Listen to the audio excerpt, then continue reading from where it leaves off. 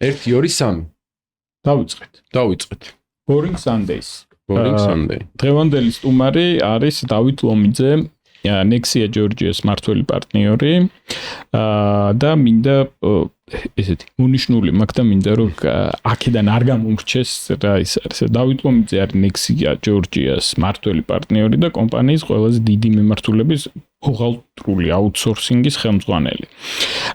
მას მიეწერება ესე ინფორმაციული უსაფრთხოების სტანდარტის მომსახურების დანერგვა საქართველოში Nexia Georgia-ში და ასევე დააფუძნა Nexia აკადემია. მინდა კიდევ უფრო მეტი ინფორმაცია რო შევიტყოთ დავით ლომიძის შესახებ, მინდა რომ გადავიდე კითხვით, რას გვეტყვი შენს შესახებ. მოგესალმები ალექსანდრე, მოგესალმები გიორგი, მადლობა მოწვევისთვის. მინდა გამოვხმაურო თქვენი ინიციატივას და ძალიან მნიშვნელოვან საქმეს აკეთებთ იმ კუთხით, რომ ამ ფინანსების შესახებ საზოგადოების ინფორმირებულობა ძალიან მნიშვნელოვანია და კარგია, რომ ამ ნაწილში ეს თქვენი ინიციატივა საკმაოდ ამართლებს. ფინანსები მოსაწყენია, სანამ არიცი. ესეთი სლოგანი გვაქვს. გეთანხმებით, თავიდანვე მე ჩემი კარიერა, ასე ვთქვათ, ფინანსებს დაუკავშირე და ბუღალტერიას და გადასახადებს და თავდაპირველად შემოსავლების სამსახურშიც მქონდა გამოცდილება აუდიტის მიმართულებით. შემდგომ საბოლოო ჯამში მივხვდი, რომ სახელმწიფო სექტორი უფრო ჩემი არ იყო, თუმცა საკმაოდ დიდი გამოცდილება დავაგროვე აუდიტის დეპარტამენტში და შემდგომ კერძო სექტორში განვაგრძე კარიერა საკმაოდ საინტერესო დიდ ჰოლდინგში ბიზნესმენების ჯგუფში, სადაც დაწყებული მთავარი ბუღალტერობით, დამთავრებული ფინანსური მენეჯერით და შემდგომ ბოლოს უკვე მენეჯმენტშიც ვიყავი ჩართული როგორც დირექტორის მოადგილის პოზიციაზე, ასე ვთქვათ, აი ამ ჰოლდინგის ერთ-ერთ ყველაზე მთავარ კომპანიაში და ძალიან დიდი გამოცდილება დავაგროვე როგორც ბუღალტერიის და ფინანსების, ასევე გადასახადების და აუდიტის მიმართულებით და ჯამში ამ ხელმძღვანელობის და პროფესიული ცოდნიდან გამომდინარე უკვე ჩემ მეგობართან ერთად გადავწყვიტე, რომ ამას ცოტა სხვა მასშტაბი მიეცა და უკვე როდესაც ჩვენ Nexia დავაფუძნეთ და შემოვიყვანეთ საერთაშორისო ბრენდი, ჩვენ როგორც პროფესიონალებს ძალიან დიდი გამოცდილება გქონდა, როგორც პროფესიული კუთხით, ასევე მენეჯმენტის და მართვის მიმართულებით და ფაქტიურად ახლა მსოფლიო ათეულის კომპანიებიდან Nexia იყო ბოლო, ვინც შემოვიდა ქართულ ბაზარზე და ჩვენ ვართ შედარებით ყველაზე ახალგაზრდა კომპანია ამ სოფლიო ბრენდებს შორის რა, რომელიც საქართველოში ოპერებდა, ანუ იმ თვალსაზრისით, რომ ყველაზე ბოლოს შემოვედით ქართულ აუდიტორულ ბაზარზე და შემდგომ ძალიან წარმატებით დაიწყო. მაგრამ ამან ნაჭიგი შევათხელი, რომ მე 5 ადგილზე ხარ, ხა დღეის 12 წელია ჩვენი საქმიანობის და უკვე ბოლო 3-4 წელია ხუთეულში ძალიან მყარად დავიმკვიდრეთ ადგილი და რა თქმა უნდა, ეს არ არის ჩვენი მაქსიმუმი და კიდე შემდგომ წინსვლას გეგმავთ სამომავლოდ. აქვე ვახსენებ, რომ საბანკო ასოციაციის აუთსორსინგიც თქვენთან არის და ძალიან მაყოფილები ვართ. დიდი მადლობა. დიდი მადლობა, ჩვენთვის დიდი პატივია თქვენაირი დაუკეთები. პირადი ინფორმაცია რაიმე თქვენ შესახებ ხო არ გინდა მაყურებელს რომ გაუზიაროთ, იმიტომ რომ პროფესიულზე იმდენ რაღაცას ვისაუბრებთ, რომ ძალიან მოსაწყენირც რო არ გამოვიდეს რა. პირადი რა უნდა იყოს, საყვარელი ფერი. მუსიკა.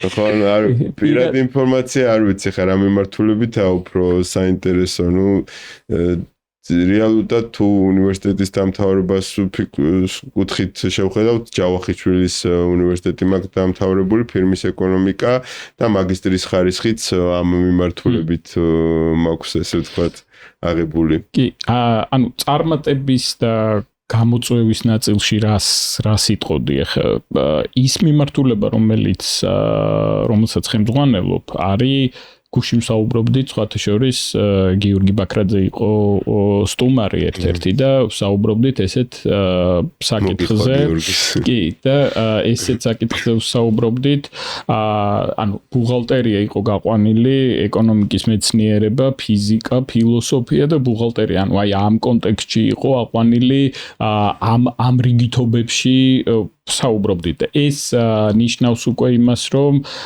ბუღალტერია მხოლოდ ის არ არის რა ქვია რიცხვების თვლა არ არის რა და ეს არის რეალურად ფინანსები მე რეიწყება რა თქმა უნდა ხო მაგრამ ბუღალტერია არის ის ნაწილი რომელშიც ჩვენ ხედავთ ბევრად უფრო ადრე სად შეიძლება დაეწყოს კომპანიას პრობლემა, ან სად შეიძლება ვერ ხედავდეს იმ შესაძლებლობას, რომელიც შესაძლებლობებით შეიძლება დასაჭერი არის რა, ოპტიმიზაციის კუთხით, გაზრდის კუთხით თუ სხვა მიმართულებით.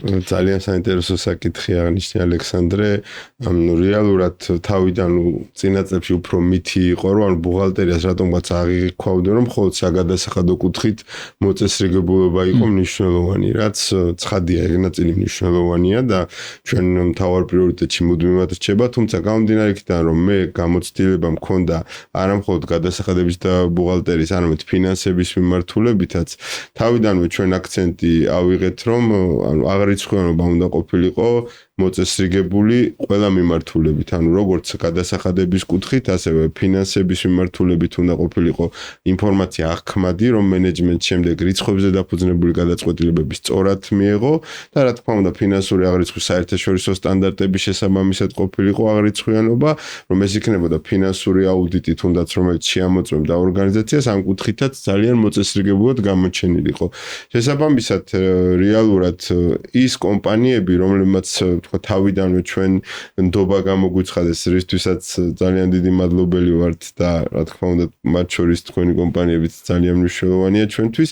ანუ დაკვირვება მაქვს, რომ რატომღაც თავიდანვე მგონა უმართლებით მეთქი, რადგან ლექსიაში არიან, მაგრამ ანუ ის ადამიანები თავიდანვე ბიზნეს ალღოსთან ერთად და თავის ბიზნეს სპეციფიკის ცოდნასთან ერთად თავიდანვე გააზრებული ქონდათ, რომ რიცხვებზე მიღებული გადაწყვეტილება და ანუ აი რიცხვების ყურება ძალიან მნიშვნელოვანია ბიზნეს გადაწყვეტილებებში და შესაბამისად, როდესაც აქვთ მოწესრიგებული ბუღალტრული აღრიცხვა, იქ უკვე თავის ბიზნესში არსებულ სურათს ბევრად უკეთესად ხედავენ.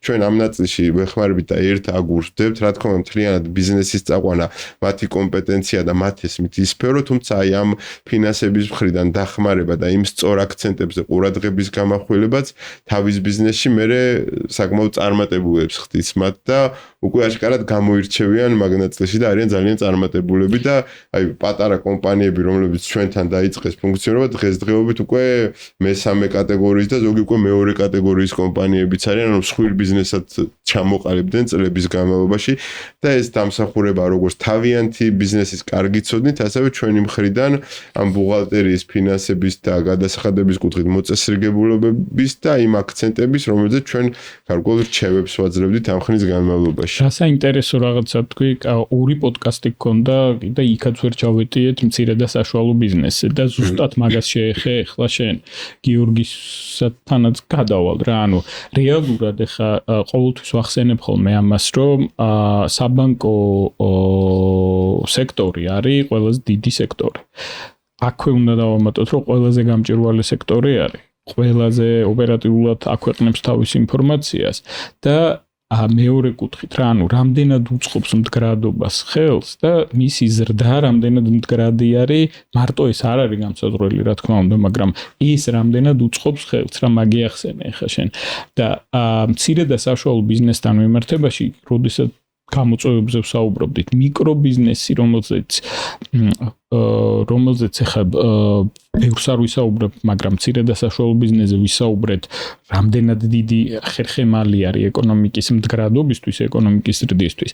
იქ ზრდის მაჩვენებელი, ან მიკროდან რო გადავიდეს და კორპორატიული გახდეს კლიენტი, ძალიან მცირე არის და ამისი ერთ-ერთი ნაწილი რამდენად მნიშვნელოვანი არის, რომ გესმოდეს რასაკეთებ და სად ხარ და სად გაქვს პრობლემები, ის ზუსტად ამის აღმოსაჩენად არის რა.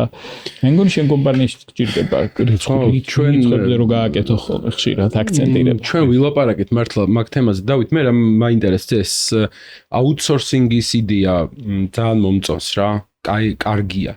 საქართველოს ჩვენ გახსოვს წინ იმაზე ვთქვით, ერთ-ერთ შეხვედრაზე ვთქვით, ზუსტად მცირე ბიზნესზე რო ვლაპარაკობდით, რომ პატარა კომპანიები არ აქცევენ ამას სათანადო ყურადღებას და ეს თემა რომ მოწესრიგებული არ აქვთ, ჩვენ ვლაპარაკობდით ბანკის კუთხით, მერე დაკრედიტების მომენტი რო დგება, იმდენად მოუმზადებლები მიდიან ბანკში, რომ მე კრედიტის აღება უჭირთ, არაძლევენ სეცხს და ვერ აძლევენ, არაძლევენ, ანუ უნდათ მიცენ და ვერ აძლევენ. იმიტომ რომ არ ჩანს რა იქ ბევრი რაღაცა.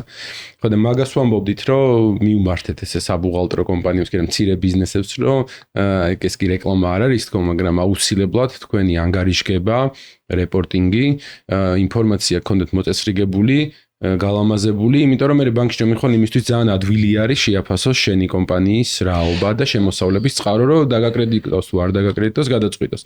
ბევრია ეხა დღეს თქვენი გადასახედიდან, ანუ თქვენი კომპანიის ამ შემთხვევაში.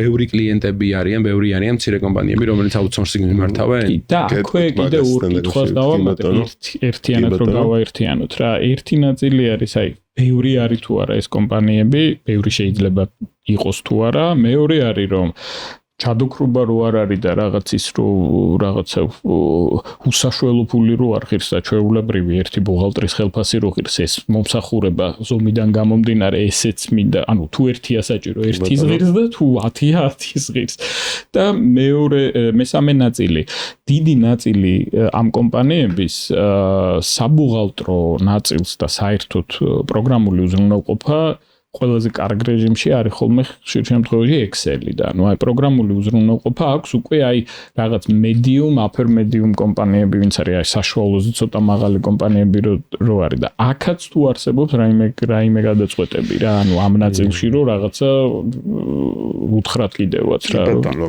გეტყვით, ან დღევანდელ დღეს რა თქმა უნდა პროფესიონალებზე მოთხოვნა არის ძალიან მაღალი და ჩვენ ახლა ყოველთვის ეს განაწილი პრიორიტეტში გვაქვს და Nexia ამაყობს თავის ძლიერი გუნდით, ჩვენ ძალიან ძლიერი პროფესიონალები ყავს, როგორც საგადასახადო მიმართულებით, ბუღალტერიის მიმართულებით და ასევე აღარიცხიანობის მიმართულებით. ეგ ყველაფერი ჩვენთან ერთ გუნდში არის მოყრილი, ასე თქვა და თავდაპირველად ახლა ეს სერვისი იგივე მსხვილი და საშუალო ბიზნესისთვის იყო უფრო ხელმოსაწვდომი, იმიტომ რომ მაღალი ხარისხის მომსახურება შედარებით თქვათ უფრო მაღალი ფასი არის. რა თქმა უნდა ჩვენ საფასო კუთხითაც ვცდილობთ ყოველთვის ვიყოთ კონკურენტულები და ეგ ძალიან მნიშვნელოვანი და ვართ კიდევაც ამას ადასტურებს უამრავი დამკვეთის არსებობა ჩვენთან, მაგრამ მიუხედავად იმისა, მაინც მცირე ბიზნესისთვის ეს კონკურენტული ფასით საკმაოდ ძალიან რთული ხელმისაწვდომი იყო და ამიტომ ჩვენ შევქმნით მცირე ბიზნესისთვის ცალკე მიმართულება, სადაც ავტომატიზაციის კომპონენტი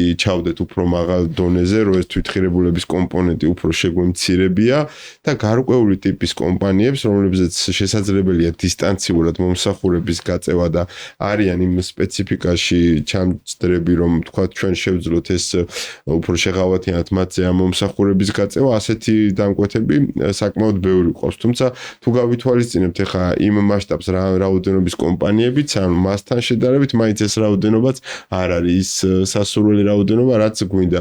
ნუ ცხადია ახლა ეს მიმართულება ჩვენთვის არ არის საქველმოქმედო მიმართულება, თუმცა მარჟიანობის კუთხით მინიმალისტურია და ანუ ფინანსურად იმხელა ინტერესი კომერციული Nexia-ს ამ კუთხით არ აქვს, თუმცა ჩვენი ინტერესი ისაა, რომ ის ბიზნესები გაიზრდება. კი, ანუ და გვინდა რომ თან ამ ნაწილში ჩვენი წვლილი შევიტანოთ და აი ეს კომპანიები საკმაოდ კარგად იზრდებიან და იცით რა არის, ანუ თავიდან კომპანია როდესაც ფუნძნდება და რაღაც რატომღაც ფიქრობენ, რომ ჯერ გავიზრდები და ფინანსებს მერე მოვაწესრიგებ. ანუ ესეთი მითი არის და რეალურად პირიქით იმ ზრდაში გეხმარება შენ მოწესრიგებული ფინანსები, რომ უფრო სწორად დაინახო, ასე ვთქვათ და უფრო ჩაშლილად. ახლა ჩვენ გარკვეულ კომპანიებზე მიმართულებების თუ რამოდენიმე მიმართულება აქ იგივე სტარტაპს ძალიან მნიშვნელოვანია რომ თითეული მიმართულების მიხედვით იცოდეს იქ რა ხდება, ხო? ანუ ხშირად არის ხოლმე რომ ახლა რეალურად მოგება გონიათ ეშლებათ ფულად, ანუ გონიათ ანგარიშზე რაღაცა, აი თუ დიდი თანხარი იმ თვეში ანგარიშზე დიდი მოგება ქონდათ.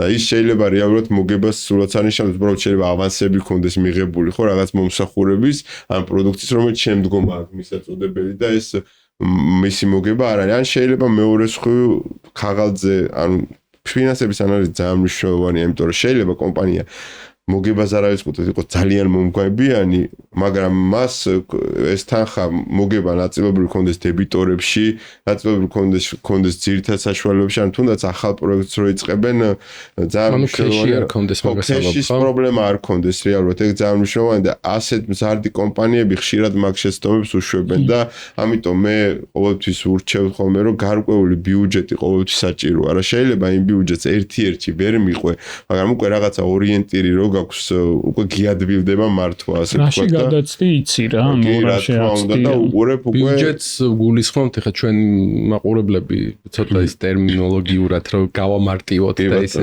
საყვალპურო ისეთი გავხადოთ რა, ანუ ბიუჯეტს გულისხმობთ რომ წინასწარ დაგეგმილი შენი შემოსავლები და ხარჯები რაღაც პერიოდში. მაგაზე ვლაპარაკობთ ყველა პოდკასტში რომ ფიზიკურმა პირმა, ანუ ადამიანმაც თავისი ბიუჯეტი უნდა მართოს რა, თუ შენი ბიუჯეტს არ მართავ მერე აი შემოგეხარჯა შემოგეფშვნი და იყო აი ეგ არის ცხოვრება და კომპანიაში ბევრად უფრო მარტივია მაგის იკეთება რა.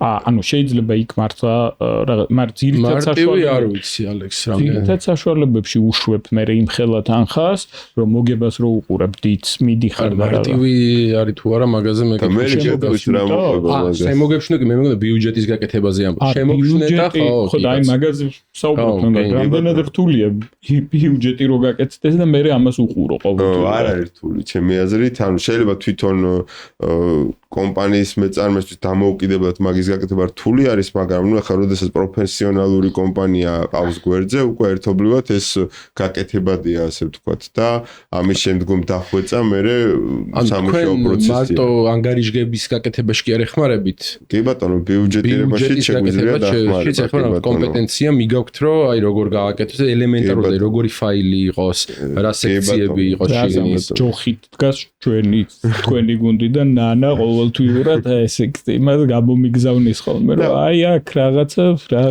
მიდიხართ. ეგ რაღაცა კომპასის გარეშე მიდიოდეს გემი, ხო ესე გამოდის რეალურად მაგის გარეშე. ძალიან კარგი რაღაცაა, მე რო ჩვენ რო ბუღალტერიაზე ვლაპარაკობდით და ზოგადად ანგარიშგებაზე რო ვლაპარაკობდით, უკვე ბანკის ჭრილში ვლაპარაკობდით, უფრო აი რეპორტების cash flow ახსენეთ, ანუ ფულადის საფრების ბრუნვის უწყისი თუ რაც არის, მოგებაზარალი ვახსენეთ, ბალანსი.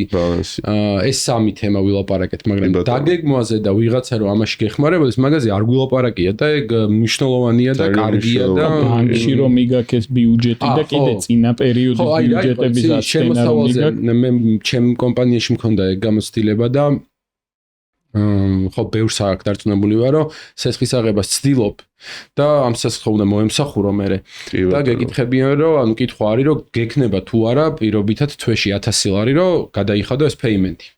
ხო და ეს თვეში 1000 ლარი გექნება თუ არა მომდევნო 1 წლის განმავლობაში, ეხა პირდაპირ დამოკიდებულია ბიუჯეტზე, ნუ რაც დახარჯოს აპირებ და რის მიღებას აპირებ. ანუ ხო უნდა გაიგო ეს.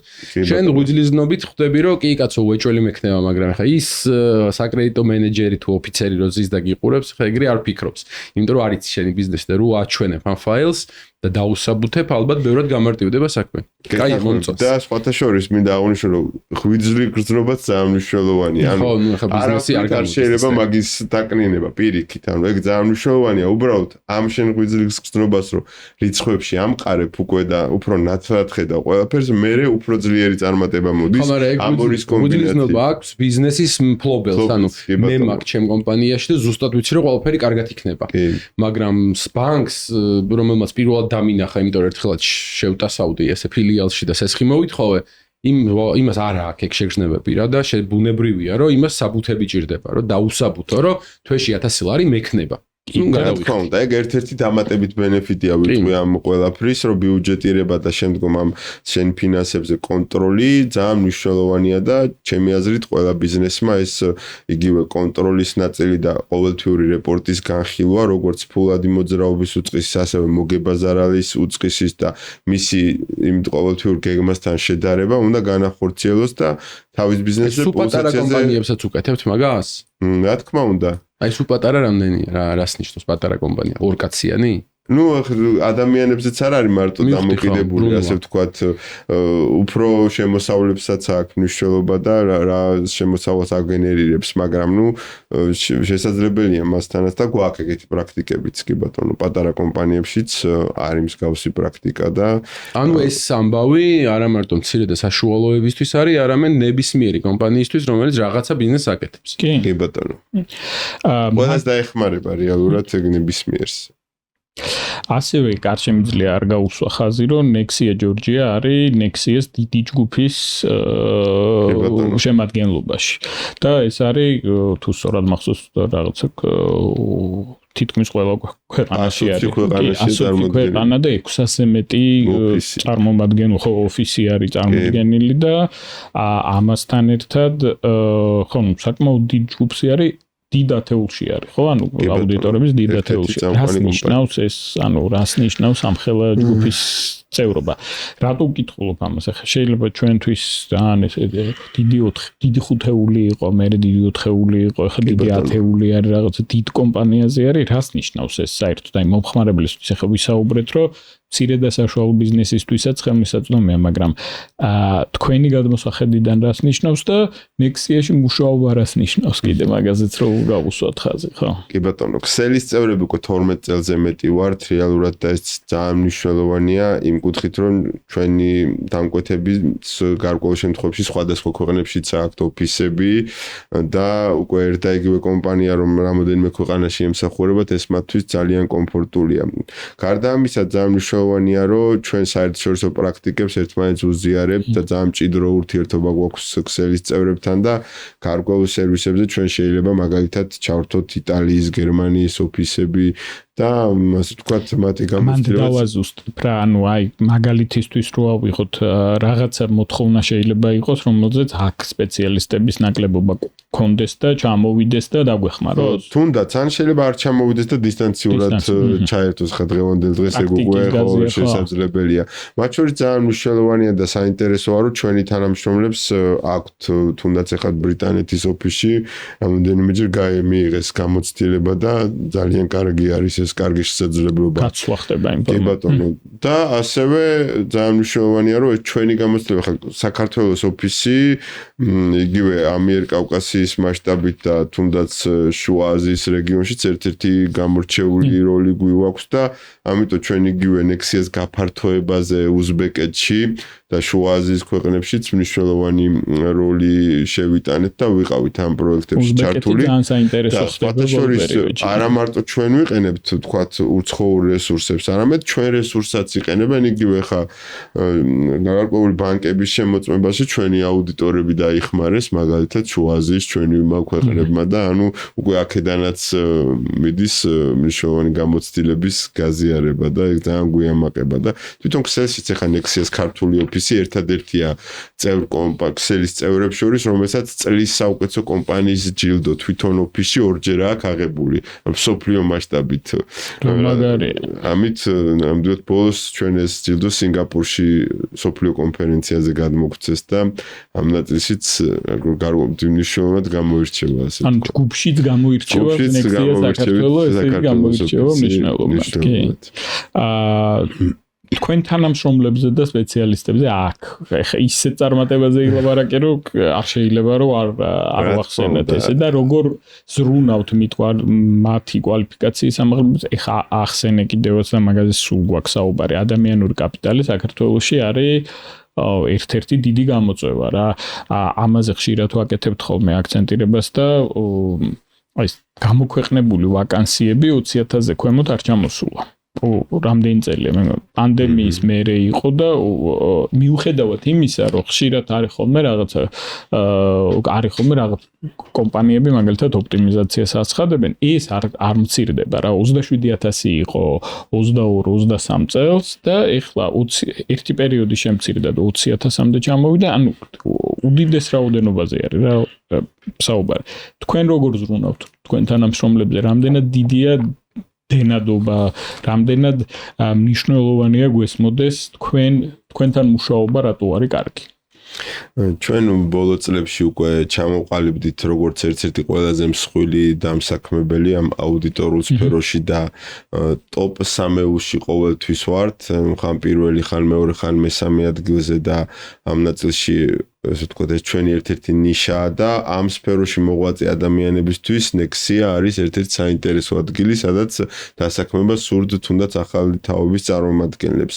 ჩვენ დღესდღეობით 285 თანამშრომელი გვყავს და ზუსტად ეს წარმატება ამ გუნდის დამსახურება დაწყებული ჩემი პარტნიორებიდან, დირექტორები, მენეჯერები, ბუღალტერები, აუდიტორები, თუ სტაჟიორები, მთლიანად ეს გუნდი ერთიანობაში ჩვენი გუნდურობა ერთ-ერთი ჩვენი უპირატესობაა და ჩვენ მუდმივად ვზრუნავთ მასზე. ჩვენ ძალიან კარგად გვესმის, რომ ძალიან მნიშვნელოვანია, რომ თვითონ თანამშრომელებმა, გუნდის წევრებმა თავი კომფორტულად კმაყოფილი იგრძნონ და როდესაც ჩვენი გუნდის წევრები კმაყოფილები არიან, მოტივირებული არიან, შემდეგ ჩვენ დამკვეთებსაც შესაბამისად მაღალი დონის სერვისი უფრო მეტად აქვს გარანტირებული.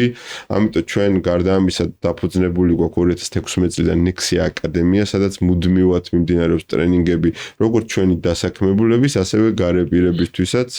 წლის განმავლობაში ჩვენ სფეროში დასაქმებულებისთვის არაერთ კონფერენციას ვატარებთ და მაგ კუთხითაც სიახლეების რამდენჯერმე ვიყავი და ძალიან მნიშვნელოვანია. მიუხედავად იმისა, რომ მე ბუღალტერი თვითონ შინაარსობრივად არა ვარ, ისეთი სიახლეები იყო, რომელიც ჩემი, ვთქვათ, მენეჯერული გადაწყვეტილებებისთვისაც მნიშვნელოვანი იყო, რომ რაღაცეები რო განსაზღვრო რა ეს სიახლეები ამაღრიცხვიანობაში რა ჩემთვის კი.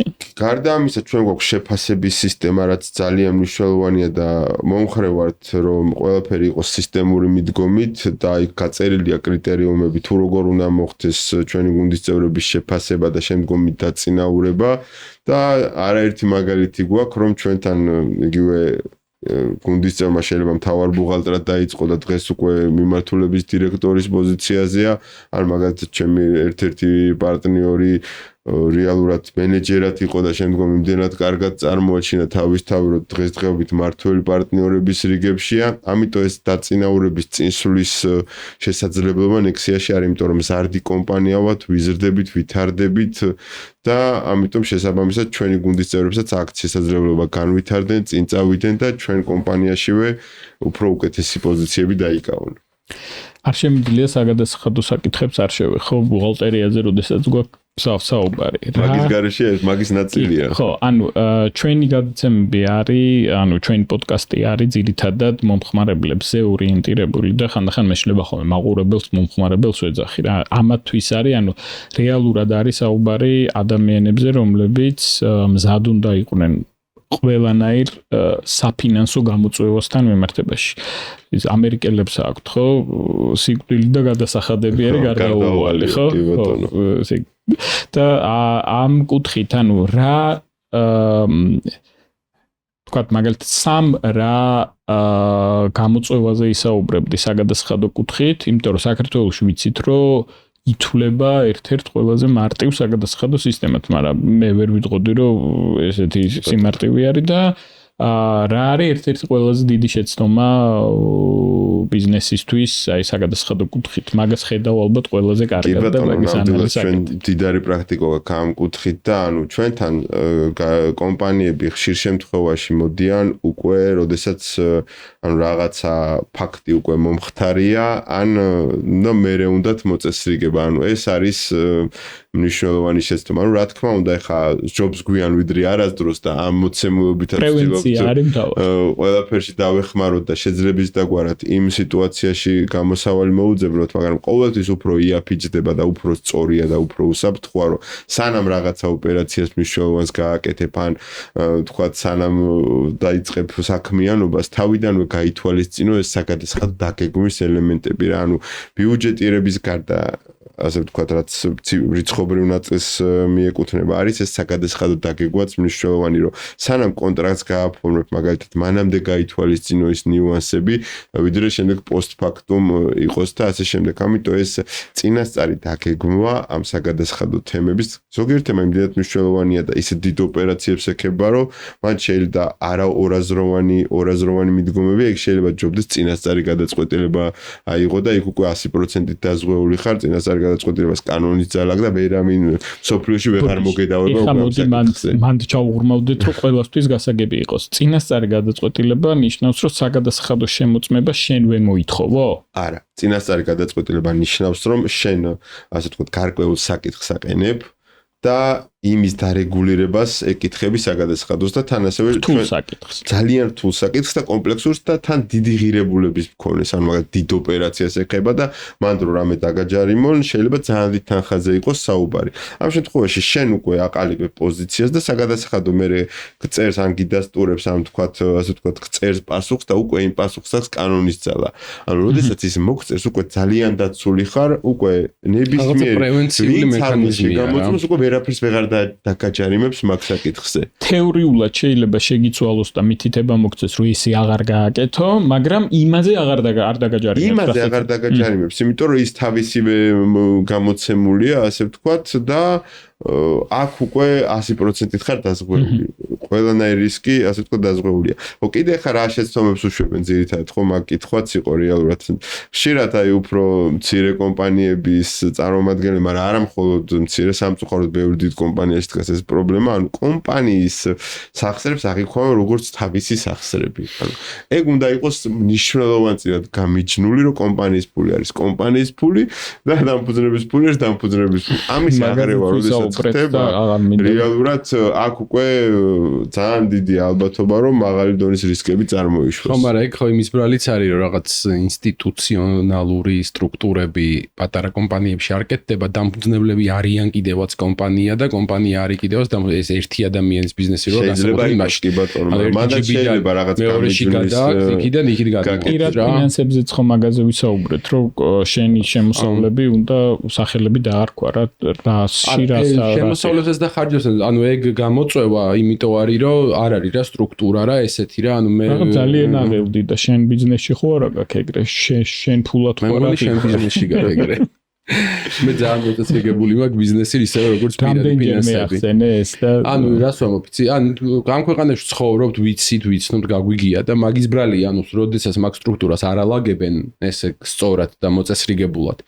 და თან ეს პროცესიც არა აქ დალაგებული ფულის გატანა გამოტანის, ხო, და იმაზეც აქ ცნობა იმაზე და უცებ რა ვიცი, დამჭირდა 5000 ლარი, შევედი, გადმოვირიცხე, მე აღარ დამჭირდა ისე გადავრიცხე და მე ბუღალტერმა არ ყვიოს, ეხლა რა ამ ხარჯს რას დაარქმნოს და იმ შემოსავალს რას დაარქმნოს. ეგ არ არის ესე ვთქვათ საუკეთესო პრაქტიკა პირიქით ჯობია რომ მე არ ვამბობ, ორ რაღაცაზე მანიშნებენ, რომ ერთი დროში ძალიან გადაცდებითო და მეორე საკითხი რომ კიდევ ახსენეთო რომ გამოიწერეთ boring G და კიდევ ძალიან საინტერესო საკითხებზე ვისაუბრებთ და აქ აუცილებლად მინდა ვახსენო ესეთი რაღაცა რომ როდესაც კომპანია მუშაობს და აი ეხლა ამ გადაცემის შემდეგ რა და ეხლა რაღაცა შევაშინეთ რომ საგადასახადო მოვა დაგაჯარიმებს რაღაცებს იმას რა ქვია შეიძლება რაღაცა შეცდომები გქონდეს ამასთან მიმართებაში რა პრევენციული ღონისძიება შეიძლება ხვალიდან დაიგეგმოს. ანუ აი თქვენ რომ მოგმართოთ ან კიდევ სხვას მიმართოს, შეიძლება რომ საგადასახადო აუდიტი გავუკეთოთ? კი ბატონო, რა თქმა უნდა, ჩვენ ვაკეთებთ ახლა რეალურად როგორც წინა პერიოდის აღრიცხვიანობას, ამ შეიძლება აღრიცხული საერთოდ არ გქონდეს და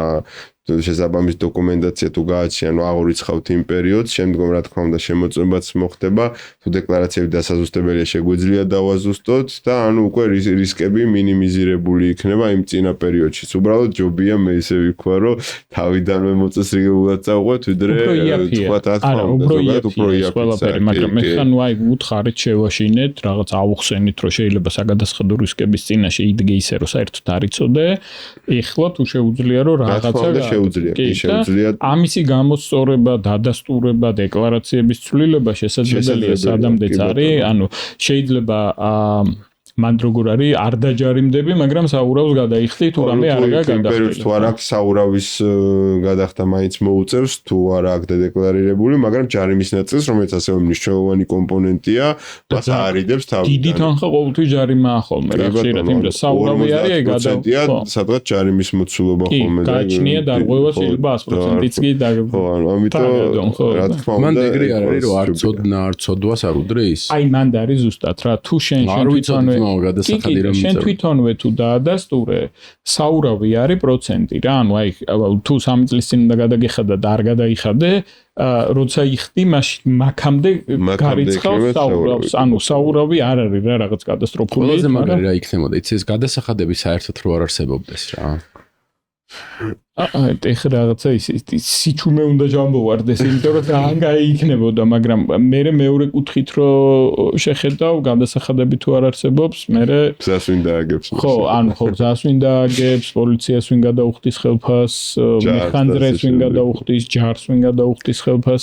ხო, არ ვიცი, განსაკუთრებით არ მომწონს DGG და საშემოსავლო რა. მე მესმის ეხლა რომ რაღაც ბიზნეს ყოველთვის ურჩევნია ნაკლები გადასახადი ან არ ქონდეს, მაგრამ რო შევადაროთ ეხლა სხვა ქვეყნებს იმასთან შედარებით საქართველოს გადასახადები მაღალი ნამდვილად არ არის.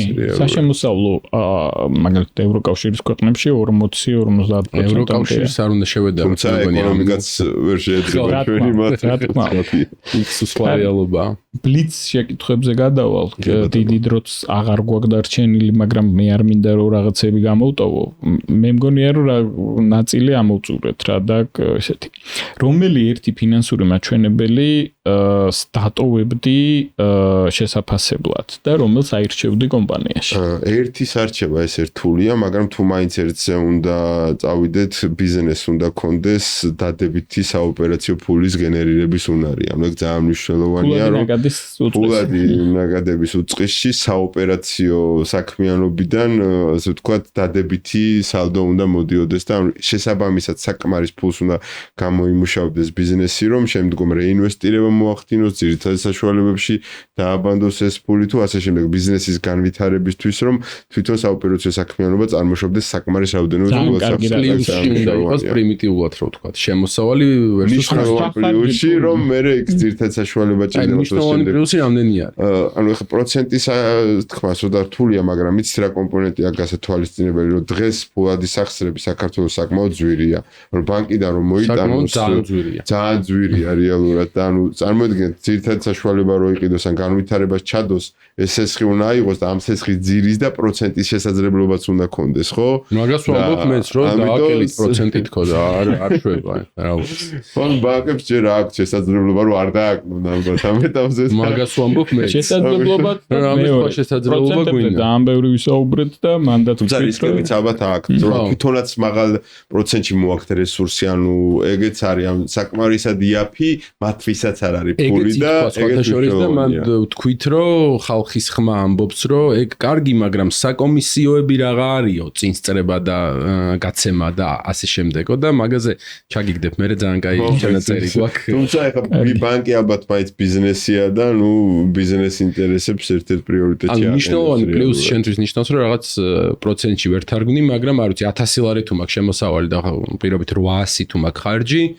ყოველთვე 200 ლარს თუ პლუსში ვიტოვებ, ანუ რაღაც 20%. ანუ პროცენტიც რთულია თქმა, ანუ თქვათ რაც ეხლა 30% მაგალითად გარკვეული ბიზნესებისთვის ნორმალურია, რომ ფულადის ახსნები, რომ შემდეგ უკვე დანარჩენი რეინვესტირებისთვის საკმარისი იყოს. ნუ გააჩნია მოკლედ ბიზნეს საჭიროება, შეიძლება ზოგიერთ ბიზნესს სულ არ ჭირდება იმის ხელა რაოდენობის ძირითადი საშუალებები და ვთქვათ, ამიტომ ხა ესე კონკრეტულად შენი გამოცდილებით ერთ კითხვას დავსვავ, რამდენი ხნის ფული უნდა ედოს ბიზნეს ანგარიშზე, runway-ს რო ეძახიან სტარტაპულად, რომ შვიდად ეძინოს დამფუძნებელს. ნუ ეხა ამ შემთხვევაში ყველა ბიზნესი სპეციფიკურია, მაგრამ შეიძლება თუ გინდა გავასაშუალოთ ეხა 6 თვის ფული თუ უდევ, შეიძლება ითქვას საკმაოდ შვიდად შეუძლია იძინოს, ხო ყველა ბიზნესი რა თქმა უნდა არ ეხება. კი, თავისუფალი ფულადის სახსრები. თუმცა ნუ ხო ეს რა ვქო, მთავარი მაინც ჩემი შეხედულებით აი ეს კომპონენტია, რაც თქვი რომ ანუ საოპერაციო საქმიანობიდან მნიშვნელოვანი პლუსი უნდა კონდეს, რომელიც მუდმივია, ასე ვთქვათ, მუდმივად საოპერაციო ფულს დადებითად მნიშვნელოვნად ახას აგენებს. რუტინულად ეს პლუსი არის რაღაც 12-დან 10 თვე. და პლუს 6 თვის ფული უდევს ან ფრიკეში. რაღაცა მოლოდინა ქართული რეალობიდან გამომდინარე, რომ რეალურად დღესდღეობით ვიცი მე ძალიან ბევრი ბიზნესი, რომელიც არის ძალიან დიდი, არის ძალიან მომგებიანი, მაგრამ აქვს ლიკვიდურობის პრობლემა. აქვს ფულის პრობლემა. ლიკვიდურობის პრობლემაში რაც გიშლის ხელს და რაც უშლის დაში და მიმდინარე საოპერაციო გამოწვევების გადალახვაშიც უშლის ხელს და ლიკვიდურობის პრობლემა ისე ძალიან საყვალპურო ენაზე როგორი არის, რას ნიშნავს? ანუ იმას ნიშნავს, რომ მაგალითად არა აქვს საკმარისი სახსრები, რომ მაგალითად დაფაროს მიმდინარე თვეში ხელფასები, გადაუხადოს ბანკს ფული, ან მიმდინარე დავალიერებები, რომ ხო იჯარა გადაიხადოს. მომწოდებლებს დაუფაროს, ან მომწოდებლებს მათ შორის დაუფაროს თანხები რა და წარმოიდგინეთ ახლა საიმიჯოთაც როგორი რთულია, რომ ახლა კომპანია და თანამშრომლებს ხელფასი დაუგვიანოს, ან ბანკთან პრობლემა ქონდეს, ბანკმა სესხი აღარ მისცეს, არა და მოგებაზარალისთვის შეიძლება მომგებიანი იყოს და ამის მიზეზი შეიძლება ძალიან ბევრი რამე იყოს ის რომ რაღაც თანხები დებიტორებშია და ანუ ამოღება არ აქვს ეფექტური ან ძალიან დიდ კონსიგნაციას აძლევს შეიძლება ამ მოგებით უფრო მეტი ძირითადი საშუალება ქონდა დებიტორებში ანუ ვიღაცებისგან ელოდება თანხები და ძირითადი საშუალებებში და მარაგებში დაინვესტირდა ძალიან დიდი თანხები ან ბევრად მეტი ვიდრე მოგება ქონდა და ასე შემდეგ მიზეზი ბევრი შეიძლება იყოს. აქ ისევ იმას უბრუნდებით, რამდენად აუცილებელი წინაპირობა არის, რომ ბუღალტერია აწარმოო და სწორად აწარმოო ეს ყველაფერი. ანუ დაახლოებით ესე შევადარებდი, რომ მაღაზიას თუ ხსნი, რომ ადგილი გჭირდება, ან ინტერნეტში ან ფიზიკური ადგილი, სადაც უნდა რეალიზაცია გააკეთო პროდუქციის, ზუსტად იგივე საჭიროება არის ბუღალტერია, იმიტომ რომ ერთი რომ გათვლა გქონდეს, მეორე ბიუჯეტირებას აკეთებდე და მესამე საგადასახადო რისკებისგან იყო დაწესებული. დიახ, საგადასახადოსთან იყო პირნათელი. რომელია ყველაზე გავრცელებული მითი ბუღალტერიაზე და გადასახადებზე? ბუღალტერიაზე და გადასახადებზე გავრცელებული მითი ის არის, რომ ანუ რეალურად გადასახადების გადახდა ცუდია. რაც მეტი გადასახადი გაქვს, უფრო ცუდია. რეალურად და გარკვეულ შემთხვევაში ხა თუ ეს პროცესი ოპტიმალურად გეგმავ, ესე იგი თუ ბევრის გადახდა გიწევს, ეგ შენი შემოსავლები ბევრად მეტია. ანუ რახან ბიუჯეტში თქვა მილიონებს იხდის, შენი ბიზნესი რეალურ შემთხვევაში ძალიან კარგად ვითარდება. გადასახადები ანუ არის იმის განსაზღვრელი რომ ბევრი შემოსავალს აგენერირებ, ხო? მათ შორის კი. ანუ გადასახადები არ თავად ცუდი არ არის რეალურად. ანუ ბრუნვიდან მოდის და არა იმიდან აირიდან ნოლიდან. განსაკუთრებით მაგალითად DGG-ს გადასახადზე ვიტყოდი, ანუ ამ შემთხვევაში რაც უფრო მეტი აქვს ბრუნვა კომპანიას, DGG-ს უფრო მეტი იხდის, ხო და ესე იგი მეტი შემოსავალს აგენერირებს და ამიტომ ხო ეს არის, რა ქვია, მაგაში თავის პლუსებიც არის მნიშვნელოვანი. ახალ კომპანიას რა რეკომენდაციას მიცემდი? პრეხა რომ მოვიდეს და კითხოს, აი რა გავაკეთო ზოგადად. ახალ კომპანიას აუცილებლად მივცემდი რეკომენდაციას, რომ აი ეს თავის ბიზნეს ალღო რაც აქვს გარკვეულწილად გეგმაში ასახოს და თავიდანვე გეგმაზომიერად დაიწყოს საქმიანობა. გეგმას თხოვდი რომ ჯობია უმჯობეს გააკეთოს როგორც მოგებაზარალის მიმართულებით, ასევე ფულადი მოძრაობის უწყისთან დაკავშირებით და ასევე აღრიცხვიანობა თავიდანვე მოწესრიგებულად დაიწყოს, რომ ყველაფერი იყოს გამჭირვალედ და არ იყოს მხოლოდ მის გრძნობებზე და არამედ ზუსტ ფაქტებზე, თუ როგორ წავა ბიზნესი და ამ ნაწილში უკვე მე ბანკთან ურთიერთობაში დაჭირდება თუ სხვა ნებისმიერ რამეში, უფრო თავისუფლად შეძლებს ნავიგაციას.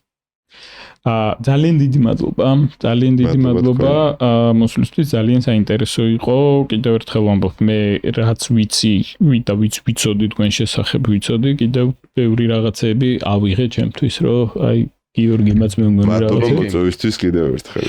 კი, ეს სექცია Forex Sundays ეხა დაიწყო. ანუ ახალია აბსოლუტურად, ერთ-ერთი პირველი სტუმარი ხარ შენ და კი და მგონია რომ ძალიან საინტერესო უნდა იყოს და დიდი მადლობა. ნამდვილად საინტერესო საუბარი გამოგვივიდა და თქვენაირ ადამიანებთან საუბარი ყოველთვის საინტერესოა.